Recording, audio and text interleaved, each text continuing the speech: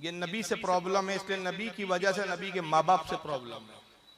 ये हर उस चीज से नफरत करते हैं जिसका ताल्लुक रसूलुल्लाह से। अब चूंकि मिलाद का ताल्लुक भी नबी से है, वहां भी नफरतें हैं। नफरत का आलम कितना है, डॉक्टर जाकिर नाइक को जरा सुन लीजिए आप देखेंगे कि हमारे मुस्लिम माशरों में जितने हैं, खुसूसन इंडिया, पाकिस्तान और ममालिक में, कि एक, अरे भाई कहाँ चले गए ये करने, वहीं बैठे रहो भाई, भागना नहीं है, बार बार आएंगे वीडियो ये। आप देखेंगे कि हमारे मुस्लिम माशरों में जितने हैं, खुसूसन इंडिया, पाकिस्तान और ममालिक में, कि एक ईद मिलाद नबी मनाया जाता है, वो बर्थडे ऑफ द प्रॉफिट। और अगर आप देखेंगे ये 12 रबी अव्वल है, और जहां तक कि हमें हदीस की रोशनी में हमें यह साबित नहीं होता है कि मोहम्मद सल्लल्लाहु अलैहि वसल्लम ने कभी अपना सालगिरह बनाए, या साहबाज ने, या ताइन या तबताइन ने कभी, या ताइन या तबताइन ने कभी उनका सालगिरह बनाए। तो जब मोहम्मद सल्लल्लाहु अलैहि वसल्लम ने कभी कहा नहीं कि मेरा सालगिरह बनाओ, या कभी साहबाज ने नहीं बनाए, और अगर आज हम उनका सालगिरह बनाते तो ये बिदअत हो जाता है। तो सालगिरह बनाने की कोई जरूरत नहीं है, सालगिरह मनाने की कोई जरूरत नहीं है, नबी पाक सल्लल्लाहु अलैहि वसल्लम का ये बिदअत हो जाता है। हमको कुरान और हदीस में नहीं मिलता कि नबी को ने का जो है सालगिरह मनाना चाहिए। और फिर इतने बड़े स्कॉलर है, एक लफ्ज बड़ा अजीब बोला इन्होंने, मैं भी पहले हैरान हूँ कि बोलना क्या चाह रहे हैं। वो है ताबईन तबे ताबईन, इसको कहते हैं ताइन ताइन। ताइन ताइन क्या लाया इन्होंने, ताइन तबे ताइन। और इसकी जमात के लोग इसको बहुत बड़ा इस्लामी स्कॉलर बोलते हैं भाई। और इनके घर जा जाके हमने कितने बार मुनाजरे के चैलेंज किए जब ये बंबई में थे, अब तो भगोड़े घोषित हो गए, कभी तैयार नहीं हुए।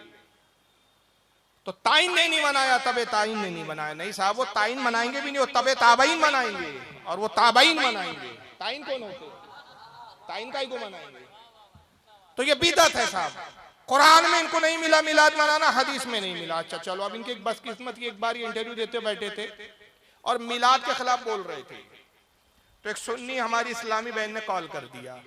अब उससे पता चल गया कि ये हमारे घर की, हमारे मतलब हमारी जमात की औरतों का जवाब नहीं दे सकते, तो ये हमारा क्या जवाब देंगे। अब जरा देखिए क्या हुआ इनका इंटरव्यू, जरा सुनिए। जी जी। दूसरा सवाल ये है कि कहा जाता है हदीस में कि मुसलमानों को गैर मुस्लिमों की तकलीफ नहीं करनी चाहिए जी। तो जो ये टाई और जो जिस सूट में आप बैठे हैं, ये गैर मुस्लिम ज्यादा पहनते हैं, बल्कि वो ही पहनते हैं, तो क्या ये जायज है टाई पहनना या ये फुल सूट पहनना है? बहुत शुक्रिया, दोनों सवाल बड़े अहम सवाल। टाई पे तो पहले बात हुई थी, एक और तफसील से भी मैं चंद दिनों में बात हम करेंगे टाई के हवाले से और हवाले से। कितनी देर कंट्रोल रूम? 40 सेकंड हमारे पास है ब्रेक पे जाने से पहले, इसलिए हम जवाब जो है इसका। वेलकम बैक ख़वातीन हज़रात, डॉक्टर जाकिर नाइक के साथ एक तवील नशिस्त जारी है गुफ्तगू की। और डॉक्टर साहब, पहली जो बात ब्रेक पे जाने से पहले आप उसको कुछ फर्दर करना चाहेंगे या आगे बढ़ना? और दूसरा सवाल जो था, दूसरा सवाल आगे बढ़ते हैं, मेरे ख्याल से बहुत से सवाल। एक सवाल ख़वातीन ने पूछा है, कुछ समझ में आया आपके? हाँ? एक औरत ने, खातून ने सवाल किया है कि डॉक्टर जाकिर नाइक साहब बहुत बिदअत कर रहे हैं, आप ये जो लिबास पहन के बैठे हैं ना, टाई कोट, ये तो गैरों का लिबास है। और कुरान और हदीस के मुताले के बाद तो हमें यही पता चलता है कि अल्लाह रसूल ने हमें गैरों की मुशाबियत इख्तियार करने से मना किया है, रोका है। तो ये जो आप लिबास पहने हुए, ये तो ईसाइयों का ही लिबास है, मुशाबियत भी नहीं बल्कि बेआईनी उन्हीं का कल्चर है, उन्हीं का लिबास है। तो ये जो आप लिबास पहने हुए हैं, इसका सबूत कहाँ है कुरान हदीस में? तो फौरन जो एंकर बैठा था उसको ब्रेक याद आ गया, उसको लगा कि ऐसा ना हो नाइक साहब पेशाब ना कर दे कहीं जवाब देते देते। तो उसने फौरन कहा कंट्रोल रूम कितने मिनट बाकी हैं अभी ब्रेक पे जाने के लिए? उसने कहा 40 सेकंड, 40 सेकंड बाकी है। हाँ तो ब्रेक पे चले जाते। ब्रेक पे गए, सांस वास ली, ब्रेक से वापस आए। फिर उन्होंने कहा, तो वो जो सवाल पूछा गया था ब्रेक से पहले, उसका जवाब देना चाहेंगे या पर्दा करना चाहेंगे? तो उन्होंने कहा पर्दा ही कर लो, जमात भी पर्दे वाली है, पर्दा कर लो, मतलब वो सवाल का जवाब छोड़ दो, आगे दूसरा पूछो। वजह क्या थी? डॉक्टर जाकिर नाइक साहब का और इस जमात का एक शेवा है कि अपने लिए तो सारी बिदतें गवारा है, मगर सुन्नियों के हर काम पे बिदत के फतवे मैं बरसों से चैलेंज कर रहा हूँ। छुटपैये चूजे इनके आते, कोई जिम्मेदार आलिम आज तक नहीं आया, और मैं किसी छुटपैये मौलवी और छुटपैये लोगों का जवाब देने का जो है वो जिम्मेदार नहीं हूँ। इनका कोई जिम्मेदार मौलवी आए, मैं उसको मुनाजरे का चैलेंज करता हूँ। तुम्हारी लिए बिदतों की एक फहरिस्त है जो तुम करते हो, तुम्हारी फहरिस्त छोड़ो, मुझे सिर्फ ये बता दो कि तुम सऊदीया में तहज्जुद की अजान देते हो। तहज्जुद की अजान रसूल के जमाने में होती थी क्या? सहाबा के जमाने में होती थी क्या? ताबईन के जमाने में, तबे ताबईन के जमाने में, अइम्मा मुज्तहिदीन के जमाने में, किस जमाने में होती थी? ये तुम्हारी सबसे बड़ी बिदअत है जो तुमने राइज की है। तहज्जुद की अजान का सबूत दो हमें। जिस दिन तुम तहज्जुद की अजान देंगे उसका सबूत दे दोगे, हम भी बता देंगे मिलाद का सबूत कहाँ कहाँ है। ऐसी बेशुमार इनकी बिदत है। गिलाफ काबा पे बादशाह का नाम लिखना, ये इनकी बिदत है। मस्जिदों के मीनारे बनाना, मस्जिदों को खूबसूरत बनाना, जबकि सुनन अबू दाऊद की हदीस है, आका ने कहा कि तुम जरूर ईसाई और यहूदियों के नक्शे कदम पर चलोगे कि अपनी इबादत खानों को खूबसूरत बनाओगे। वहां ममानियत है लेकिन ये कर रहे हैं। ऐसी बेशुमार बिदत है, लेकिन अपनी बिदत नजर नहीं आती। वही जाकिर नाइक का हाल था कि मिलाद को तो बड़े धड़ल्ले से उन्होंने बिदत कह दिया, लेकिन जैसे आया कि भाई साहब आप इस्लाम की बात करते हो, लिबास ईसाइयों का पहनते हो, तो उसका सबूत तो दे दो, तो उन्होंने जवाब ही नहीं दिया, क्योंकि जाहिद के बाद जवाब नहीं था। वजह यह है, आपको मैं बता दूं कि कोट और टाई एक लिबास नहीं है, पहले ये समझ लीजिए। जहां तक कोट का मामला उसमें गुंजाइश है, लेकिन जहां तक टाई की बात है, टाई जो है ये लिबास नहीं है, बल्कि ईसाइयों का मजहबी शियार है, उनकी मजहब की पहचान है, उनकी आइडेंटिटी है। और वो क्यों? उनका अकीदा ये माज़अल्लाह जो कुफरी अकीदा है हमारे इस्लाम के मुताबिक, ईसा अलैहिस्सलाम को सुलेब पर चढ़ा दिया गया था। और हमारा अकीदा क्या है कि हजरत ईसा अलैहिस्सलाम आसमानों में उठा लिए गए।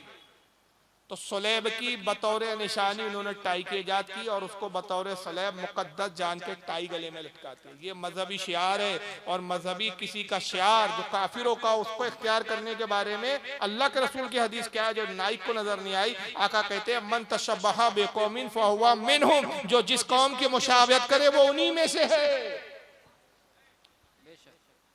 अच्छा, वो जो एक आइडियो पहले शुरू में चला था वो भी जरा देख लीजिए, वो अधूरा मैंने थोड़ा सा रोक लिया था क्योंकि बीच में बिदअत की बात आ गई थी, उन्हीं की जबानी उनका जवाब। लेकिन आगे वीडियो बढ़ता है, ये भी जरा सुन लीजिए।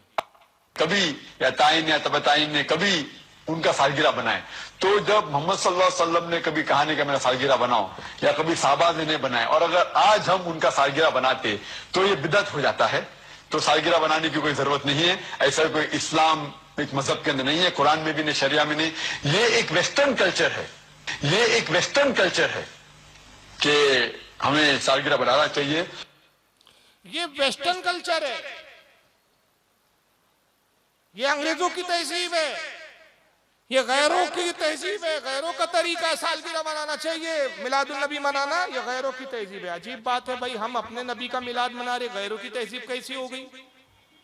वो थोड़ी हमारे नबी का मिलाद मना रहे। और अगर तुम कहो कि वो ईसाई जो है क्रिसमस मनाते हैं, तो हम कहते हैं ईसा मसीह का अगर वो क्रिसमस मनाते हैं तो ईसा अलैहिस्सलाम को तो नबी हम भी मानते हैं। तो गैरों की तहजीब कैसी हो गई? लेकिन चलिए अभी इस पर गुफ्तगू नहीं कर रहा हूं, मैं एक वीडियो आपके सामने दिखा रहा हूं। इनके जुमले याद रखिए। जुमले क्या थे? ये क्या है? वेस्टर्न कल्चर है। नाइक साहब से मेरा सवाल है, और उनके मानने वाले जो इनके चाहने वाले हैं, नाइक साहब के फैंस है बहुत बड़े बड़े, उनसे सवाल है कि ये कौन सा कल्चर है, ये भी हमें बता दें।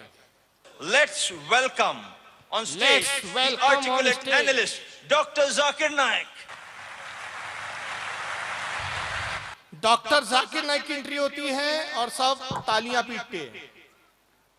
अभी उलमा आए, मैं आया, क्या हुआ यहाँ पर? आपने क्या किया? नारे तकबीर लगाए, अपने रब की पाकी का बयान किया, रसूल की रिसालत का ऐलान किया। जब ये आते हैं तो हिजड़ों की तरह, छक्कों की तरह तालियां पीटती जाती है। ये किसका कल्चर है? दीनी जलसों में दीन का स्कॉलर आ रहा है और तालियां पीटी जा रही है कि इनसे कल्चर है। अच्छा, फिर मैं आया, सीधा सीधा स्टेज पर आया, उलमा मुसाफे कर रहे थे, खुश गर्मजोशी के साथ मुलाकात कर रहे थे, इस्तकबाल कर रहे थे। इनका इस्तकबाल और इनकी गर्मजोशी कैसी होती है, आइए जरा देखिए।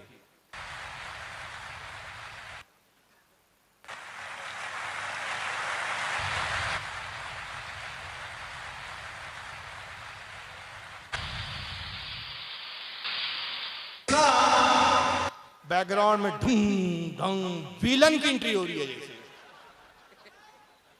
कोई इस्लामिक स्कॉलर नहीं आ रहा है, बल्कि कोई क्या आ रहा है, विलन आ रहा है। बिल्कुल उसी अंदाज में आते ही पूछेगा कितने आदमी बैठे हैं।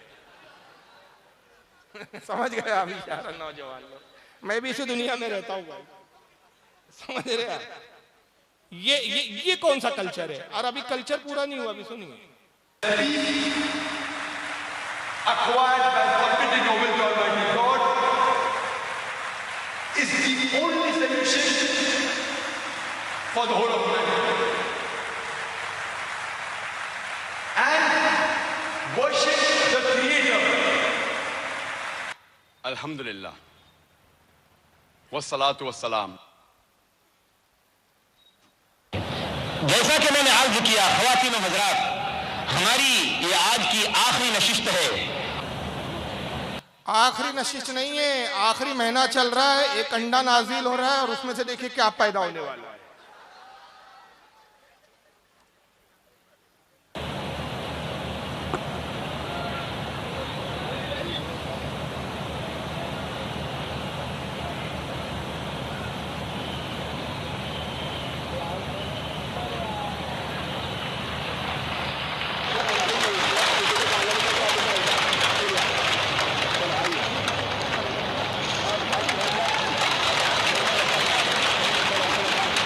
भाई कौन सा एलियंस नाजिल हुआ है, कहां से आया ये कौन सा कल्चर है? नहीं आप लोग हंस रहे हैं, लेकिन मैं बहुत संजीदगी से सवाल कर रहा हूं।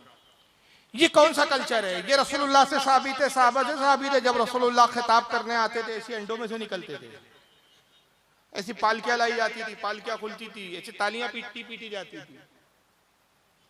जब सरकार तशरीफ लाते रहे साहबा किराम में, क्या यही अंदाज होता था? या साहबा जाते रहे तबलीग के लिए, या हमारे अइम्मा और हमारे बुजुर्गान दीन तबलीग के लिए, वाज़ो नसीहत के लिए जाते रहे, यही अंदाज होता था? अंडे उतरते थे, अंडों में से चूजे निकलते थे, क्या था? तो ये जो करे सब जायज। और एक दूसरी चीज देखिए आप, जो स्टेज डाला गया है, ये स्टेज देखकर आप अंदाजा लगाते हैं लाखों रुपए का स्टेज है। एक वाहिद डॉक्टर जाकिर नाइक अकेला खड़ा, कोई आलिम नहीं होते इसके स्टेज पर, किसी को साथ में नहीं बिठाया जाता। ये वन मैन शो, अकेला खड़े होकर वह तकरीर करता है। एक आदमी के इतना बड़ा स्टेज, लाखों रुपए का डेकोरेशन उसके पीछे।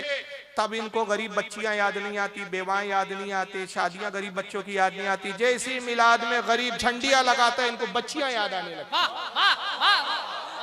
बेवाएं याद आने लगती है इनको। इन्होंने कभी अपने मुल्लाओं का गिरेबान पकड़ के नहीं पूछा, नाइक इतने बड़े स्टेज लगाने की, ये तमाशा करने की जरूरत क्या है? क्या तू मुन्नी भाई है जो मुजरा करने आया है अंडे में से निकल के? क्या तू दीन की बात करने आया है? अव्वल तो दीन की बात करते नहीं है, सिवाय ये फितना फैलाने की। याद रखिए, एक मोहल्ले में सब सुन्नी होते, ये जमाती फितनों की जमात है। पूरा मोहल्ला सुन्नियों का होता है, सब सलातो सलाम पढ़ने वाले होते हैं, सब नजरो नियाज दिलाने वाले, सब फातिया देने वाले, सब बुजुर्गान दीन के चाहने वाले। एक बदअकीदा वहाबी आता है, धीरे धीरे वहाबियत फैलाना शुरू करता है। अब उसी मोहल्ले में दो ग्रोह हो जाते हैं, मस्जिदें बढ़ जाती है, मस्जिदें तकसीम हो गई, खानदान तकसीम हो गए, बिरादरियों में बंटवारे हो जाते हैं।